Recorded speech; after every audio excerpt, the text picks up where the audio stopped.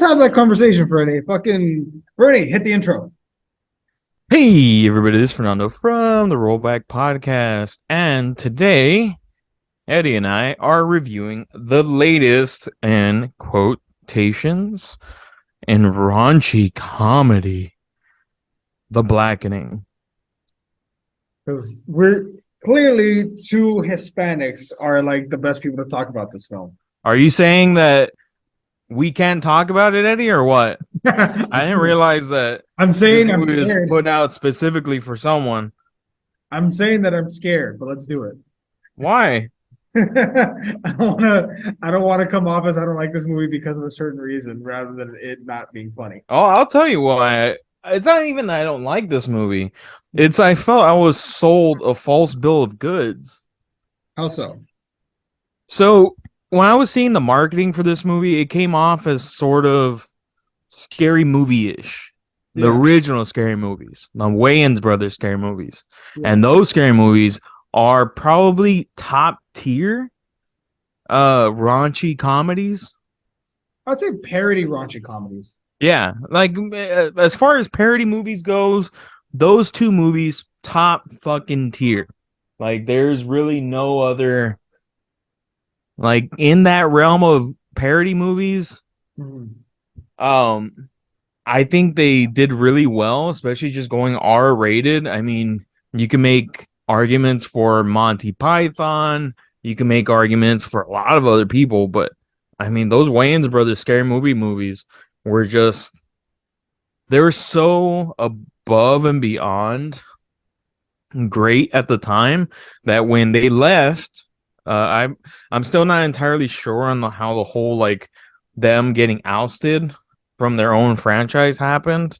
But Oh, when they left you after know Scary about that? Movie 2, you can clearly see there was a step down in production. So, but do you know the story of how the Wayans brothers like lost the rights to Scary Movie? I've heard it once, but then like I never really looked back up on it.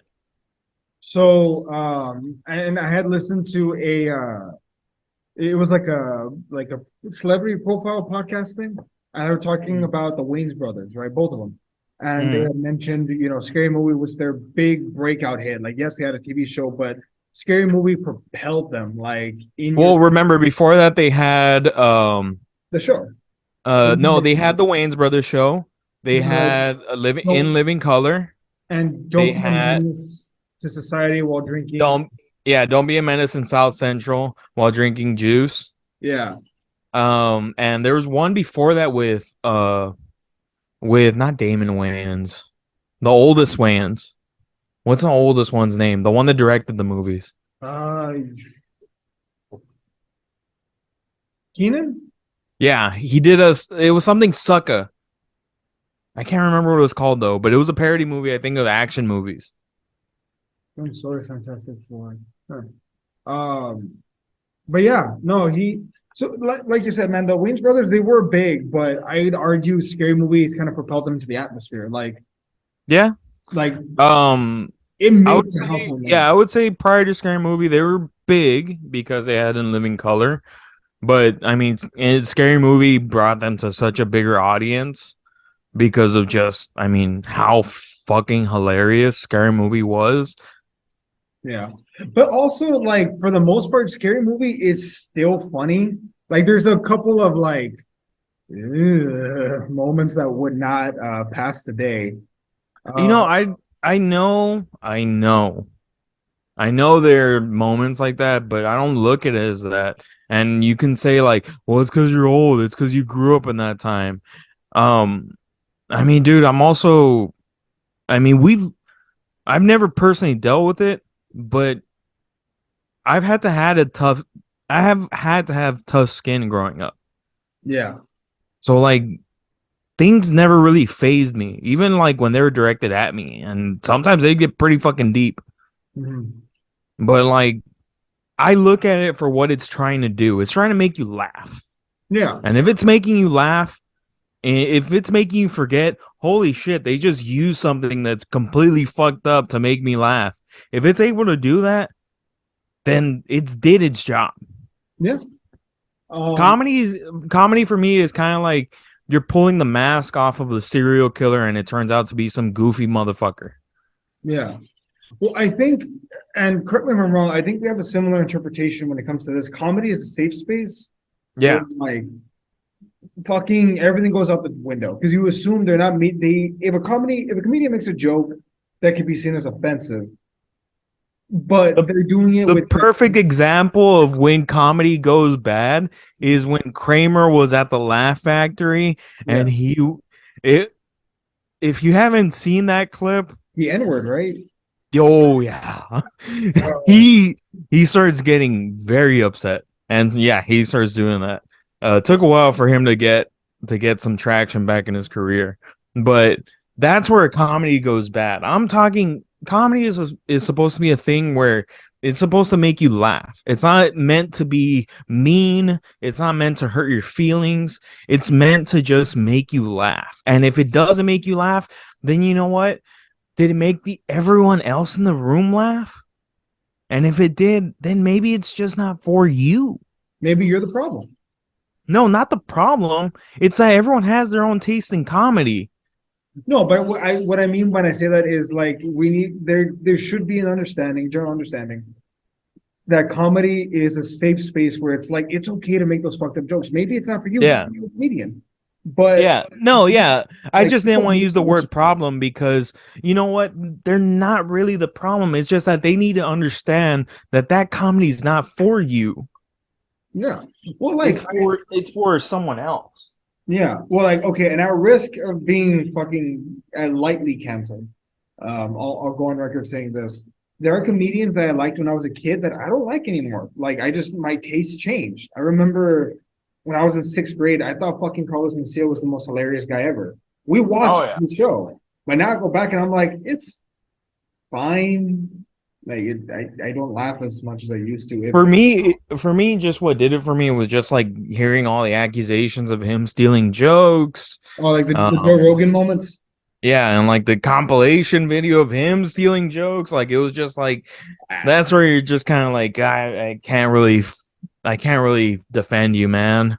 I agreed, but yeah, like comedy sensibility does change for everybody. And So with us talking about comedy sensibility, how it's meant for someone, do you feel because I already said what I said. Like I felt like this movie is being marketed as a return to scary movie type comedy.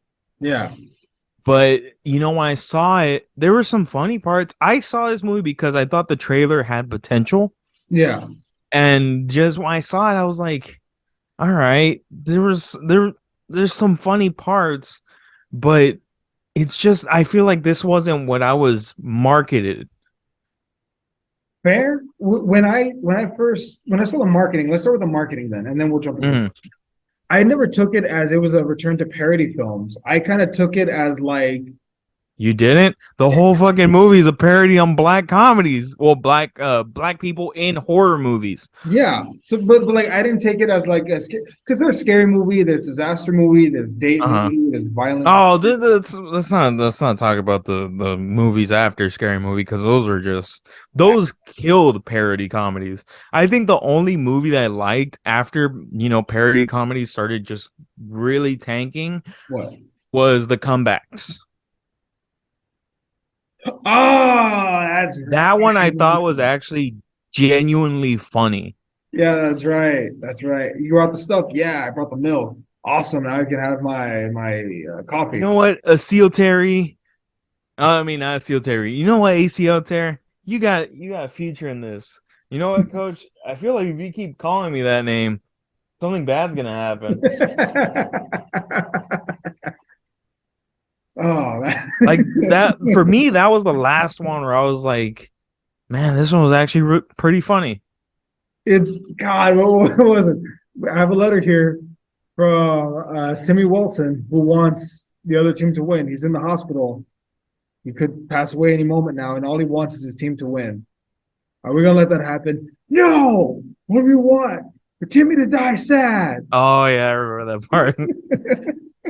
Like Like, yeah, that was like the last one. Okay, Yeah. so with the Blackening, what were you expecting? Because I was expecting like a return of parody comedies. I was expecting like this weird fusion of like borderline A24 like examination film with some Mm, comedy and some horror. Like that's what I was expecting. mm, And I think that's actually what we got because it does examine like black culture. It examines stereotypes and tropes of black characters in horror films. But also there is horror to this film. Like there are parts of it that's horror, but also parts of this movie that frankly I think are really interesting. Um, mm. Going into it, do we want to just talk, folks? Spoilers in three, two, one. There's 7 characters in this film. One of which is Clifton. Cl- Clifton. Clifton. All right. So Clifton, he ends up being the bad guy, right? They think he's dead. Oh, switcheroo! It's actually me, guys. Mm. He's a bad guy, and But the only part that kind of bothered me with him is that you could pick it out from the beginning that he was that the he was gonna be the bad guy. I What? Okay, I'll be honest with you. I didn't pick it out that he was going to be the bad guy. I just, at the rate that they were killing people, I was like, oh, okay, he's just another victim. Mm, I couldn't, I didn't pick up on that, but it made sense because he says at one point, you guys didn't make me feel like I wasn't welcomed by my own people. You guys singled me out, saying I wasn't black enough or questioning my blackness. mm, And so that night he drank for the first time, drank way too much, and ended up killing somebody and went to jail. mm. Which I'm not trying to equate, blackness to Mexicanness or how Mexican are you. No, but there is some sort of there is some sort of like um correlation correlation between those two because not like with black people but with Mexicans, Yeah, if you don't speak Spanish yeah, Mexican. you're automatically talk shit about Yeah, uh, and they will pick at you until you get upset and then they get like, why are you getting so upset? yeah. Well, it's a feeling of like, are you Mexican enough? And I can come from it from that perspective. Yeah, Like I think I don't know if it's ever happened to you, but I've been gate kept as far as like, are you really Mexican though? Look at your skin color. Look at the way you talk. How much Spanish do you know? It which is happened funny before. because it's like people forget like, hey, Mexicans come in white. They do forget that. Like the stereotype. But even then, like there's enough problems going on outside where people are like, oh, illegal immigrants, lazy, blah, blah. Like they're already bashing us. Why the fuck are Mm-hmm. we infighting? Mm-hmm. Like I don't know. To me, that does bug the shit out of me. So when I hear his story, Clifton's story of why did he do this? Because you were gatekeeping. You questioned my blackness. You questioned who I was to a people who I looked at and I thought of them as safety. Like I can retreat to my people, and you took that, Mm-hmm. and I hate you for that. I really liked him as a villain. I thought he was funny at certain parts. I still laughed, even though I saw it in the trailer a bunch of times when he said, "I voted for Trump." Twice. Oh yeah, I that part I did laugh in the trailer. The for me, I think the funniest character Mhm, that probably laughed the most at mhm. was probably Shanika. Janika Walls. Yeah. He played Allison's rebound guy, right? Or Allison's like, No, Shanika's the one that drives in with Clifton.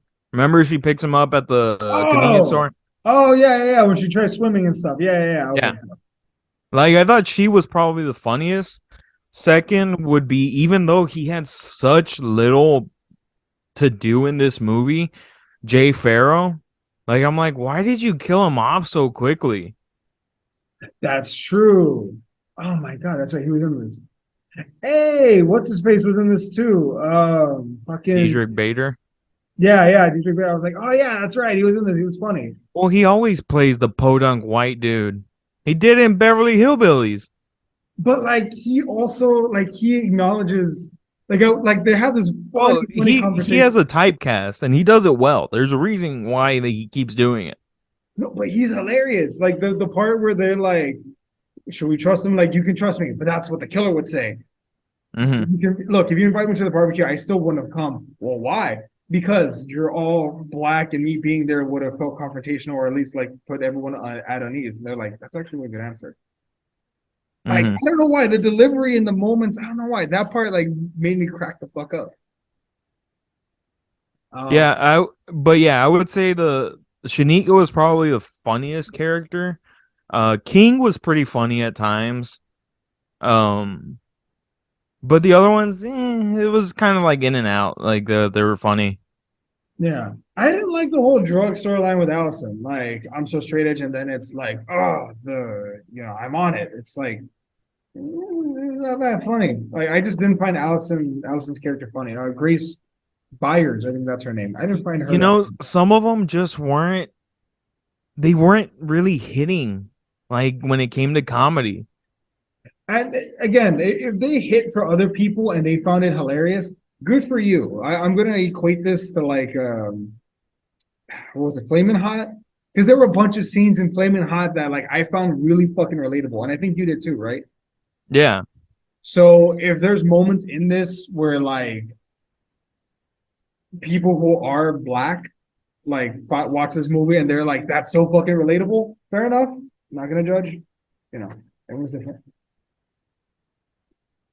Um, But yeah, there's even an interesting point. So the killers show up at the very beginning. I think they killed Sean and took Morgan hostage, if I'm not mistaken. They were going to They celebrate kill. Juneteenth. Oh yeah. And they essentially make them play this game, which is funny. I was answering some of them right. They were like, "How long did black skin Aunt Viv stick around till light skin Aunt Viv came around?" I was Oh like, yeah, I got that one right. "Yeah." Yeah, I was like, I know these. I know these. I fucking grew up on Fresh Prince of Bel-Air. Well, I lost when it came to the Black National Anthem. I was like, I don't know. Oh yeah, that one. I was like, I didn't I'm even know that gone. there was one. Do Mexicans have one? I had heard that there was one. I just never knew like how it sounded or what it sounded like. Yeah, yeah, sounds about right. Um, but yeah, and then it gets to a point where where the killer says, "Vote whichever one of you is the least black." And Oh, Clifton all day. no, but like that's the fucked up thing is that they didn't present a united front. I think if they had, maybe this would have been done early. But Well, instead, I equate it to remember Carlton from Fresh Prince? yeah, Remember how he was always considered less black because he was intellectual, he liked all these different things that were considered like rich people things. he what else? He would dance to Marlon Jones or whatever. I forget. Uh, oh, It's what's not his name? unusual, that guy. Like, Yeah, it is. I know his last name is Jones, but I can't remember the first name. But no, yeah, you're right. And there's a whole episode in I think season 6 or when they're season trying to form a 5. fraternity, right? A black Yeah, fraternity. and the guy's trying to make him quit because he doesn't deem him black enough. Yeah. And to Carlton's credit, Will tries to step in and Carlton says, I got this. And he Yeah. tells him, like, why are you trying to tear me down? It's us versus them. And if we keep infighting, what are we gonna accomplish?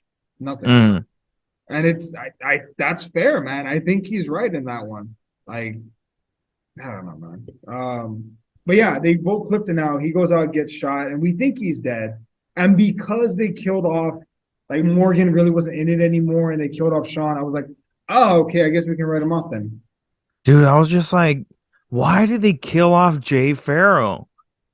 Maybe maybe it's kind of like Scream, like the original Scream, where they kill off the most popular actor or actress.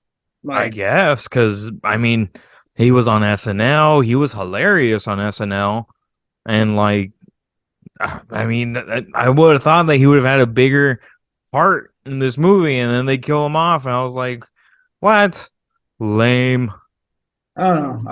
I'm hoping maybe that is that they were trying to go for like shock value rather than like they just didn't have anything for him. Hopefully. No, yeah, it makes sense. Um, what? So I kind of figured that they were red herrings, and they turned out to be the characters, and then it was a red herring. The two like Southern good old boys. Were you surprised, or when it turned out that they were the killers? No, I wasn't surprised. There was very little characters introduced in the movie, so kind of start picking out who's gonna be the killer real quick. But what if like it was a surprise? Like, who the fuck are you? I I think they were trying to surprise us by making Clifton the killer, because I mean it was never really said like one of you is the killer. yeah.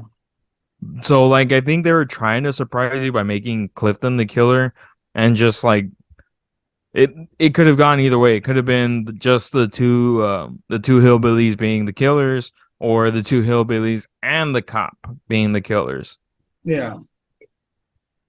I mean, they did do a pretty good job though of making us think. I thought for a split second maybe the cop was one of the killers when they found the mask. I was like, wait, is this a triple fake out or a double fake out? Turns What out did he say when they found the mask?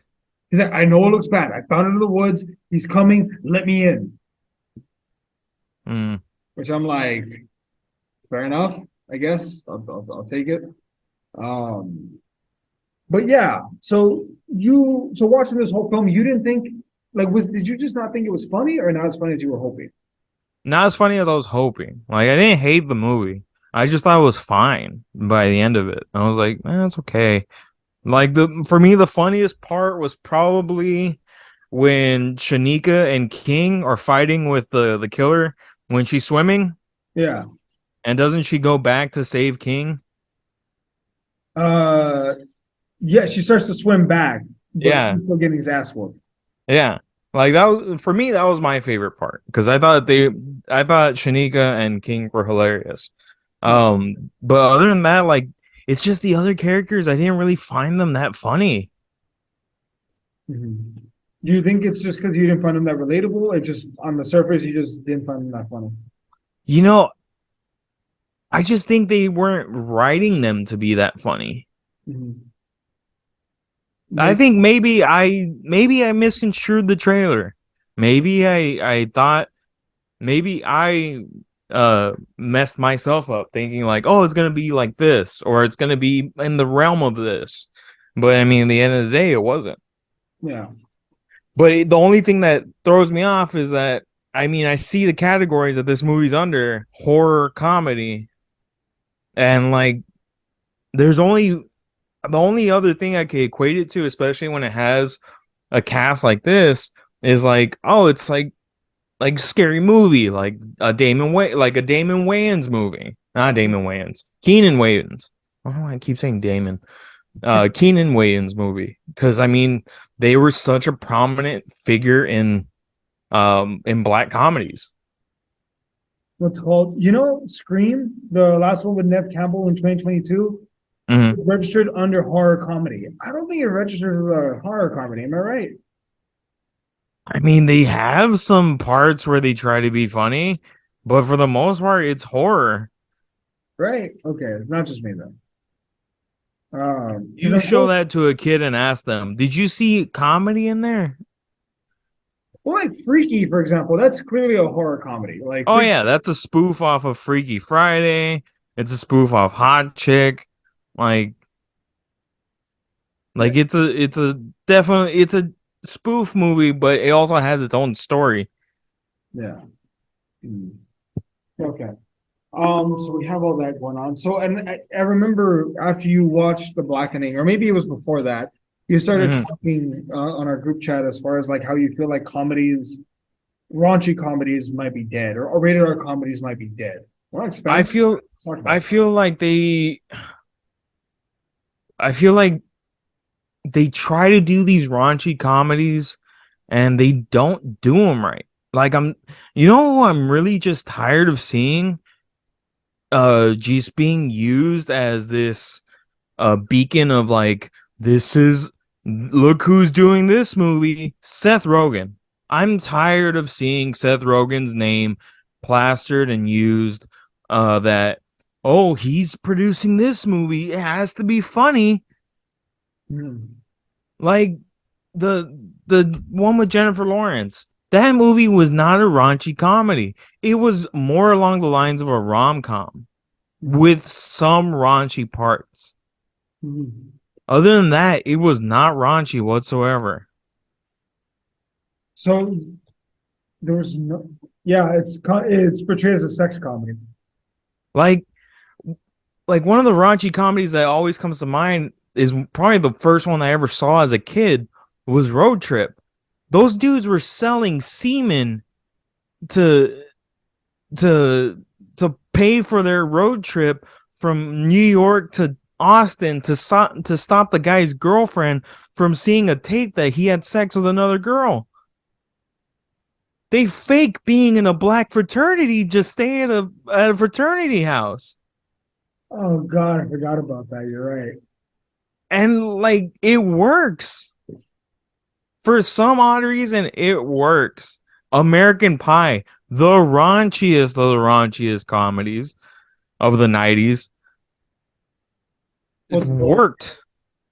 they but do you think it's the fact that those premises wouldn't work today, or do you think it's just we're in a different climate where people have to try to be funny while not It's punching out not people?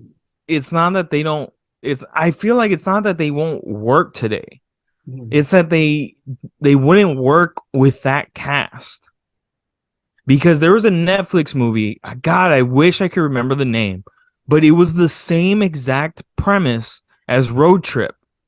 These four girls, one of them writes an email, I believe, to this guy that she likes, and the whole movie is them trying to go and intercept that email from the guy. You said it was like Road Trip, right? Yes, it was the same exact premise, except instead of a VHS tape, it's an email I'm or thinking a of ending text things. message. Huh? I'm thinking of ending things. No, I don't know. To be honest, I don't remember the name. I just remember it was a Netflix movie because I remember seeing the trailer and I was like, this is the same premise as Road Trip. oh, paper. No, not Paper Girls. Is it Paper Girls? No, that's something I, else. I have no idea. Whatever. Anyway, so But like Girls Trip is another example. Very raunchy in that movie. uh, Um what else? this new one that's coming out, Joyride. Yeah, It has all the makings of a raunchy comedy. There's a girl getting drugs shoved up her ass in the trailer. But it. but for me, I'm like, I get it, and it's in the spirit of it. I hope it does good, but just don't bastardize the term raunchy comedy. Mhm. They. So, do you think they're using raunchy comedy to try and sell versus like actually trying to commit and like this is what a raunchy comedy is today? Like maybe that's what it is. I think they're trying to piggyback off of the name raunchy comedy, off of the term, because there is a fan base for them. And right now, the movie theaters aren't doing so hot. June was probably a bad month for movies, which is crazy to say, with how many blockbusters were supposed to be coming out in June. It really was not a good time. We're in the midst of a writer strike, folks. Writer strike, and now just started yesterday a actor strike. Like, it is not a good time for the movie theaters right now. And June was such a bad month for movies. Like, it's crazy how bad it was. And comedies are just, man, they're going away. And it's crazy to think, like, can comedies be made today? I think there's a space for comedies. I think the problem is nowadays, though, they either one need to be PC, or I think a better thing would be maybe they're just destined for streaming from now on. I mean, speaking of streaming, the Broken Lizard Boys came out with a new movie on Hulu, the Quasi movie. Let's see. Broken Lizard? Yeah, they're the guys that made Super Troopers, Beer Fest, I love Beer Fest. I remember that. I think like also what was the other one? Not Beer Fest. It was Super Troopers. no. Club Dread. I like Club Dread. Yeah, Club Dread. Yeah. I because that movie, I cannot say the movie. I cannot say the name Penelope right. I always say it how they say it in that movie, Penelope, because it still makes me laugh. Oh man. I need to rewatch some of their old stuff. Like, but yeah, like I feel like, and if they do make these quote unquote raunchy comedies, like the Jennifer Lawrence one, people started writing about how, hey, wouldn't this be really fucking creepy if the roles were reversed? If a guy was hired to date a 19-year-old girl to get her out of her virginity? It would. It would. It would be creepy. But And people are like, oh, that's not fair. You should cut her some slack because this is a comedy. It's supposed to be outrageous. Okay, if that's the case, then keep that same energy if they do that with a comedy that you don't feel is right. mhm. Like there's that one quote from South Park. Either everything is okay to make fun of or nothing is. You cannot have it both ways. And if you try to, you're a hypocrite. Mhm. Like you and if it doesn't make you laugh, then it's not for you. Don't watch it. I think there's a big misconstruement when it comes to because so how do I fucking say this? I don't like Lifetime movies, right? I don't. I Oh just yeah. and I don't understand. There's some people that do. I don't. But you're never gonna see me going to Congress to try and get Lifetime movies banned Yeah. because they're not. It's not for me. But just because it's not for me doesn't mean that it's not okay to watch or for it to be made or whatnot. Like that's not my business. I'm I about absolutely hate the Twilight movies. Do you think I'm gonna go and picket them because I think they are trash? No, because they're not for me. yeah, they're for teenage girls that are having a sexual awakening. Like this movie, back to the Blackening, I thought it was fine. I thought it really was fine. I just thought that they should have either maybe chosen the cast a little bit better or just really trying to make some funny things. I'm looking at the director, Tim Story. Mhm. I've seen some of his movies. I mean, I've seen both of the Fantastic Four movies. I've seen Shaft. I've seen um which one You mean Tom else? and Jerry? Yeah, he made Tom and Jerry. Ooh. I saw Taxi. I remember seeing Taxi as a kid, and I thought Taxi was funny. Oh, I love Taxi when I was a kid. Yeah. Think Like a Man was fine. I think I remember I saw Think Like a Man 2 in theaters, I think. Yeah, Ride Along was funny. Ride Along 2, I kind of wasn't a big fan. looks funny. Um, but like he does have the chops to make a comedy. I wasn't a big fan of like I felt like some characters they wrote to be funny and the other ones they didn't. Mhm. I feel like they were trying to pull how do I say this? Uh, the tales of Iron Man 1 are known, right? Like they barely had a script. They had to depend a lot on Robert Downey Jr. and his co-stars just kind of ripping off each other to kind of fill out the spaces, right? Mm-hmm. I feel like that approach is taken a little too much nowadays in Hollywood, where they're like, we have an idea of what we're gonna do, but also y'all can ad lib and we'll keep some of it. You know, Yeah. which with some actors that works. Like with Ryan Reynolds and the first Deadpool, there was a lot of ad libbing in there, and it worked. Same thing with Deadpool 2. But you can't do it all the time. It takes special talent to be able to ad lib and shoot from the hip and it be fun. I think this is one of those instances where it worked at times, but other times it failed miserably. Because comedy is hard. Comedy is very fucking hard. Uh, Mm-hmm. I I think there's a reason why where comedians, not all the time, but sometimes make incredible actors in a general sense, like Adam Sandler, great comedian. And he's actually pretty funny. But if you watch him in a movie where he wants to go like uncut gems, he can be serious. Mm-hmm. No, in situations like that, I guess.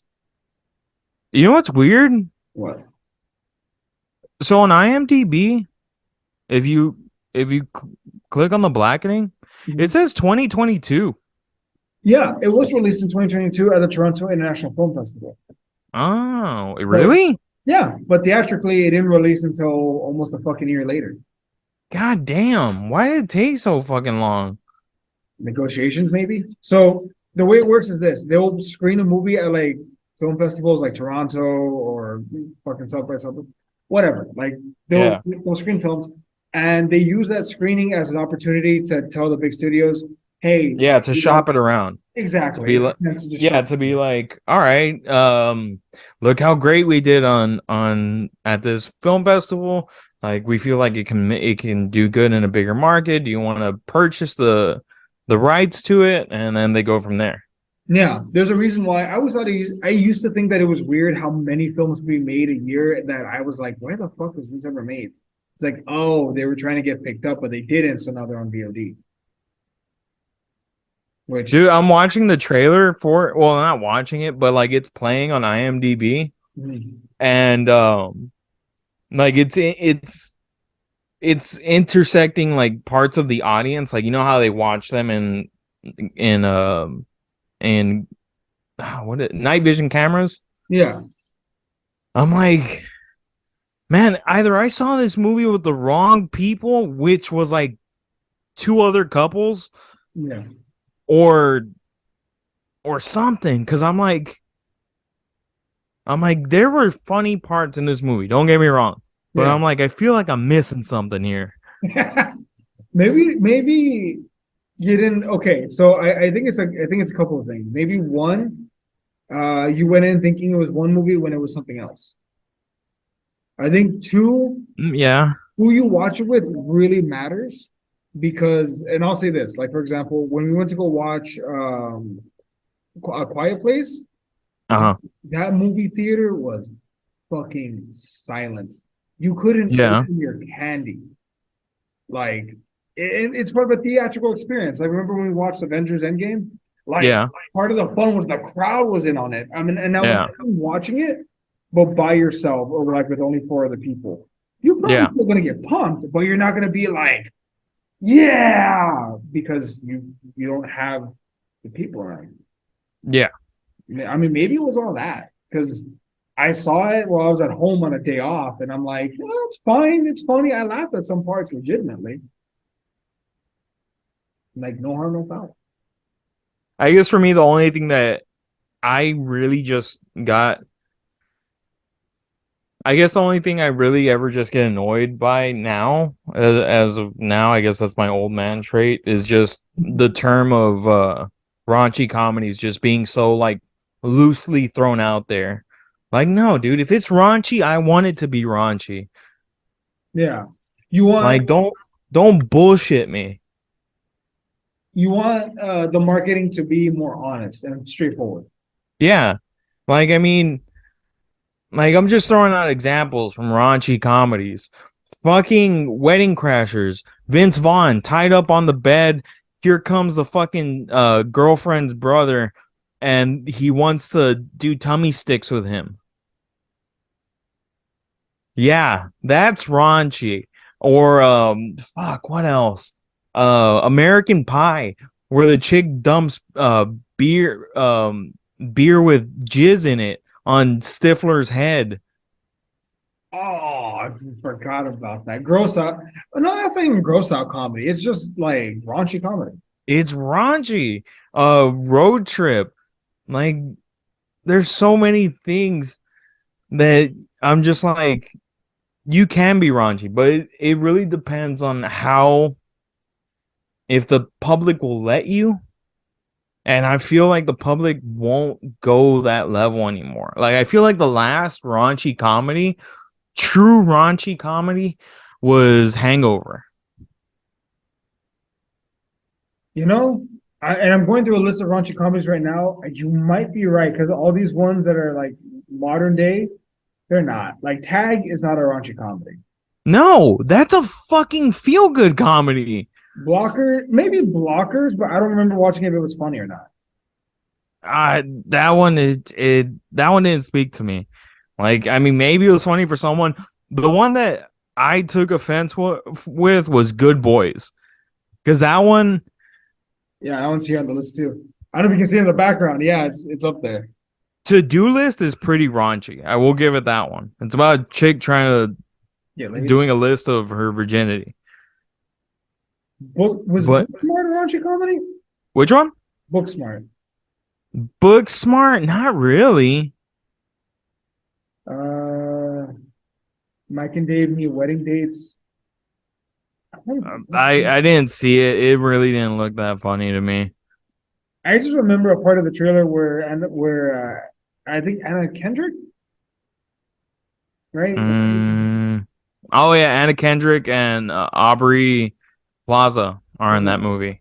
I just remember that there's a part in the movie where she says, "You want to watch The Godfather? Although we never watched The Godfather, maybe we won't get it." Like This is the end. I think This Is the End was a more comedy than anything. what about Um, Sausage Party? Sausage Party, the ending was pretty. The Sausage Party, I will give it that. It was pretty fucking raunchy, Dude, but especially it that, only works because it's fucking food. the production work conditions. There was controversy about how much hell it was to work on the film. God damn it. But What? What? so I'm looking into it right now, Sausage Party, and apparently there was some criticism about the amount of crunch time that they had to put in. People were alleging that they were having to work 83 hours a week to get the movie done on time. And Dude, then like it's an animated movie. I'm not surprised. Granted, hey, maybe that's not what you signed up for, but I mean, it sucks. I mean, it's crazy. The top four raunchy movies that are on IMDb. You know what the top four are? what? American Pie, American Pie 2, American Wedding, and American Reunion in that order. Which makes sense. And Knocked Up, fair. Good Luck Chuck, fair. 16 Candles, never saw it. I Love You Man, fair. 16 Candles has some pretty questionable scenes in there. Like what? I've never seen 16 Candles. So there's a scene where the so you've seen Breakfast Club?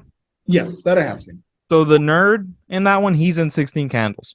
Okay. There's a part where him and the popular girl wake up in her convertible, Mhm. and they were both blackout drunk and they had sex.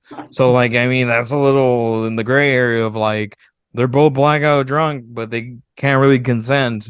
Yeah. Or long, oh my god, there was an Asian exchange student named Long Duck Dong. In 16 Candles? Yes. Oh, I think I've heard that part. No more wanky my no no Yes. wanky my wanky. Yes.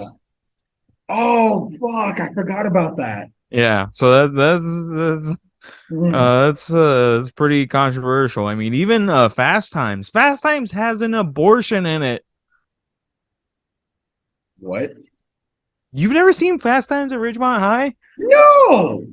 So there's a part where one of the main characters, she loses her virginity and she gets pregnant. Mhm. And she goes and has an abortion. Okay. Yeah. Okay. Fun. All right. That is a quintessential 80s movie. Wow. Okay. Is she the main character? Uh yes. Okay. It's kind of like an ensemble piece where it's dealing with multiple characters, but I would say she's a main character. Let's see. Okay, question. Did you see the 5-year engagement? Huh? Have you ever seen the 5-year engagement? The one with Jason Segel and what's her face? She's married to the Jim from The Office. Emily Blunt. Yeah. I've seen it. Dude, I can't remember it in order. I know like at one point they break up. dude, I saw that movie and I remember it was the first time I was like, this isn't funny. This is sad. Yeah. Like when they break like, and he makes so much sense because he says, like, yeah, he kissed you, but there's a reason he felt like he could. No, yeah. That's Like, oh, or even honestly, one of my favorite raunchy comedies to this day, The Girl Next Door. oh, that's right. The one, doesn't he make like a sex video or a porno or something? So yeah, at the end of the movie, they make or what people are thinking is going to be a porno, but it's a sex ed film. And something about a banana, right? No, they're like there's no bananas in because the common trope in sex ed films was they put a banana condom on a banana to show you how to put on a condom. Yeah. But in their movie, they're like, there's no bananas in this movie. Oh, that's right. We're going for the real deal. Oh yeah, Yeah. well, that was the whole hook of it, right? Like it's actual, like you're doing it. Euro Trip. How have we not said Euro Trip for raunchy comedies? Oh man, that movie when they're fucking in the Vatican, I'm just like, oh my god, I can't register this, but this is awesome. When they're on the train with the Italian guy. That dude is a creepy. Miss Scusi, Miss Scusi. Uh-oh. What? Long tunnel. And he Ah, tries to molest all of them. oh, that's right. God, oh my god, the robot scene. Yeah. Yo no robo. Oh no, But Robo. but yeah, like Oh, and then the fucking monk that's playing the drums as they're approaching each other in battle. and you Oh know my God, and you that's know really with good. the recollection of these raunchy comedies, you know what? I will say on my own part, maybe I did misconstrue The Blackening as a raunchy comedy. Maybe I did misconstrue it as that. And you know what? That's my own fault. Um Folks. as a comedy for this movie, it was fine. I just think the writing could have been a little bit better Mhm. with the non comedian people because you could tell which people are naturally funny and which need that help. Yeah. Folks, I'm gonna go on record and state this. You have a rare moment here of Bernie admitting that he may have been wrong. And holy shit, they gotta mark this on my calendar It's somewhere. because I'm never really wrong, Eddie. I mean, are you always right though? Yes. Oh, folks, now imagine growing up with that for about 29 years. Question: would you say Easy A is a raunchy comedy? Because I don't think so. I think it's funny, but I don't think it's a raunchy comedy. I'd say it's a teen comedy. I agree. Friends with Benefits, Pretty in Pink. Pretty in Pink. I to be honest, never seen that one. That's one of the only like quintessential 80s movies that I never really saw. Forgetting Sarah Marshall. I'd say that's raunchy comedy. That's a raunchy comedy. It shows his dick. That's true. That was a big moment for man penis. That was genuinely like just Which I'm like, okay. And then in Jackass Forever, they showed the most penis that's ever been on screen time in an R-rated movie. how much screen time did they have? A lot. There was a lot of penis. God, I don't remember Jackass 4. We should watch it. No, the newest one, Jackass Forever. No, I know the newest one. Well, I saw it, but I don't remember there being a lot of dick in it. I There's a lot. remember the scene that's Think about normal movies and think about how much penis is in there. Practically zero. that's fair. Well, okay. The one scene that I remember the most from Jackass Forever is the plastic surgeon spot where they have the scorpion stinging. Oh, Rachel Wolfson in the face. Yes. Here's the thing, man, and far be it from me, call me sexist.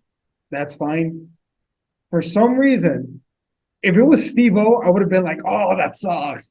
But for some reason, because I think it was a woman, it like hurt more.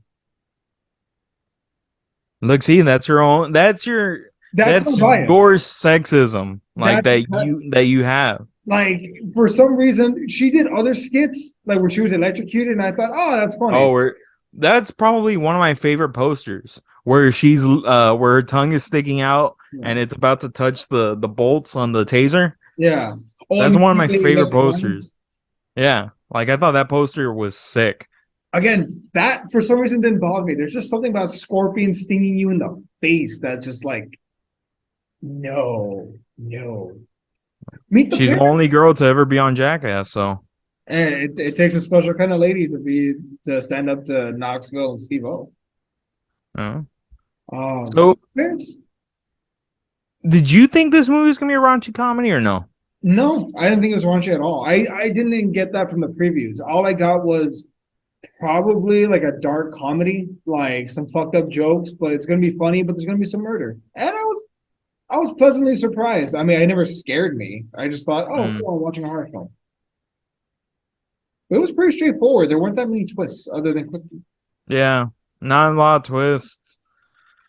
I don't think there should be a second part. I think it should be left like at that. I mean, unless because the only other movie that I could think of that tried to do something like this as of recently was that movie with Mike Epps, Meet the Blacks. Uh, oh God.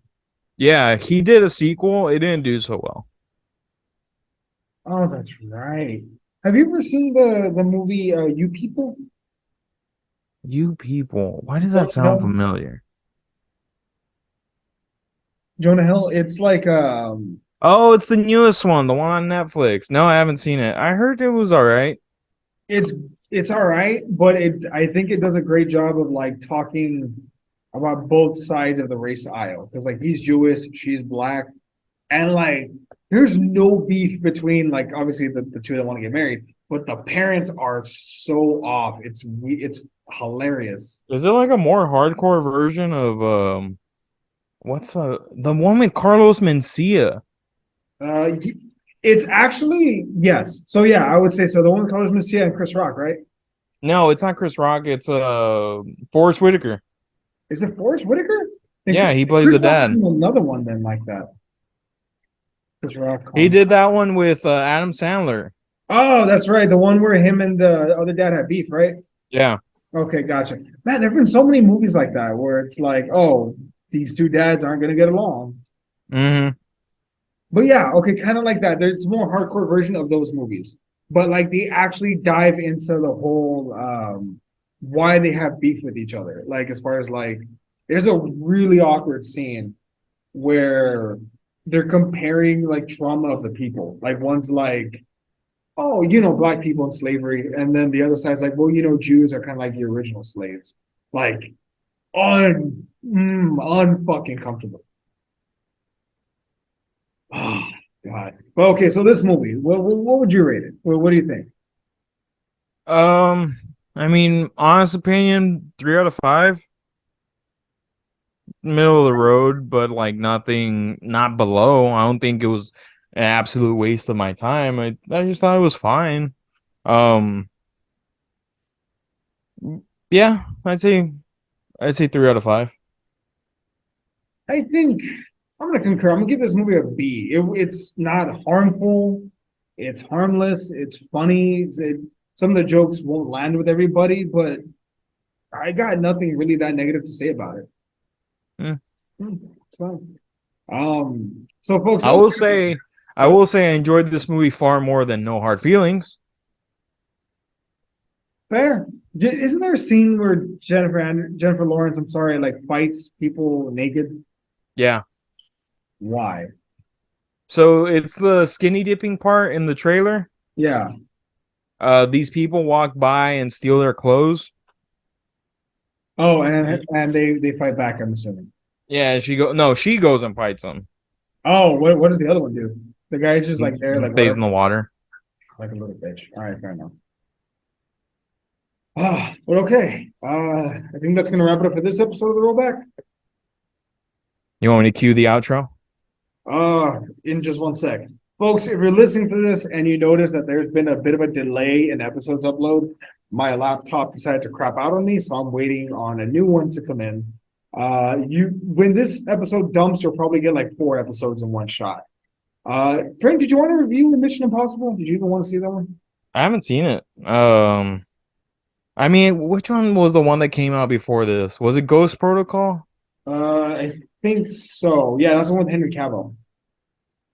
I mean, that one was fine. I will say I liked 5. This is what, 6 or 7? This is gonna be, let me see, there's Mission Impossible, Mission Impossible 2, 'Cause 3. there was like Rogue Nation, wasn't that one of them? Rogue Nation, Fallout. The last one was Fallout. Oh, okay. So I saw Rogue Nation, I saw Fallout, and those were fine. I maybe I'll see it tomorrow. I don't know yet. Although supposedly these are the last ones. Like they're gonna end. Yeah, this is supposed to be his last two movies because there's a part one and part two. So we know that there's either going to be a cliffhanger or uh an ambiguous ending. I'm sure there has to be. You think this movie's gonna break 1 billion? Fuck, man! If anyone could do it, at this point, it would have to be Tom Cruise. I hate that you're right. I I hate mean, that fuck. science. I hate I that. thought I legitimately thought the Flash was going to be better than what it was, and I didn't hate it. There were some like the overall, I was just like this is kind of wonky, but I didn't hate the movie. And I thought like when I saw the trailers, like, oh man, fucking Michael Keaton's coming back in this shit. Like, this is gonna be good. Like, even I wasn't even like bummed about Supergirl. I was like, all right. And then watching the movie, I was like, oh, Supergirl's actually pretty legit in this movie. Yeah, But like, I thought that movie was gonna break 1 billion. dude, I was so sure that the Flash was gonna break 1 billion. Like it was gonna be a gimme. Pretty sure fucking Warner Brothers executives thought this was gonna break 1 billion. Whatever. I think Mission Impossible movies are gonna be Tom Cruise's last films. Like, yeah, I think he said he's retiring after he's done. Well, he doesn't have any other franchises to do. I don't think he's getting hired on for anything else. I mean, maybe like Tropic Thunder. He was hilarious in Tropic Thunder. that's right. I will massacre you. I will fuck you up. Like he was hilarious in that movie. God, I forgot about that. Um, man, I really hope Scientology doesn't come after me. And then Eddie died. We don't know how he died. He just died. Well, the good news is that Chema has the codes. Actually, I need to text you the codes too for our podcast. So if I do die, you can continue our work. Nice. Although I don't know how it's gonna work with just you two. That shit would be fucking hilarious. We'll make it work. You could treat it like a divorced parents. Like he gets it every other week, and you get it every other week. Sure. There you I'll go. just have to learn how to edit. It's fine. It'll take you 10 minutes. All right, folks. Fernie, hit the outro. Thank you for joining us for this long and strange review of The Blackening. Please stick around. We know that Eddie fucked up and never, got his laptop checked and was responsible, but that's not his fault that he's an idiot. So please stick around. We got plenty of podcasts coming out. A review of Insidious, Red Door coming out. There's a lot out there. So please check us out wherever you get your podcast needs. Google, Spotify, Apple, or even your video podcast needs on YouTube. I'm Fernie, and come on, Eddie, let's do this. I'm Fernie, and you are. I'm Fernie's boss. I'm Eddie. I run this goddamn channel. I run this show. I'm just throwing that out there, motherfucker. And this was your review of The Blackening. God knows when it comes out.